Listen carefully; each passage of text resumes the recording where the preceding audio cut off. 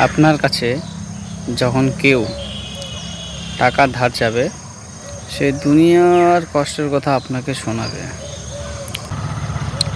যখনই আপনি টাকা ধার দিয়ে দিলেন, 1 মাস 2 মাস 3 মাস যখন পেরিয়ে যাবে, যখন আপনি টাকাটা চাইবেন, তখন আপনার দুনিয়ার সমস্যার কথা তাকে শোনাতে হবে সেই টাকাটার জন্য।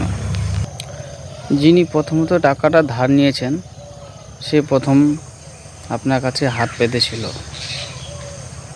যখন আপনি টাকা চাইতে যাবেন, তখন আপনাকে তার কাছে হাত পাততে হবে এবং সে দিনের পর দিন একটা করে ডেট পাল্টাতে থাকবে।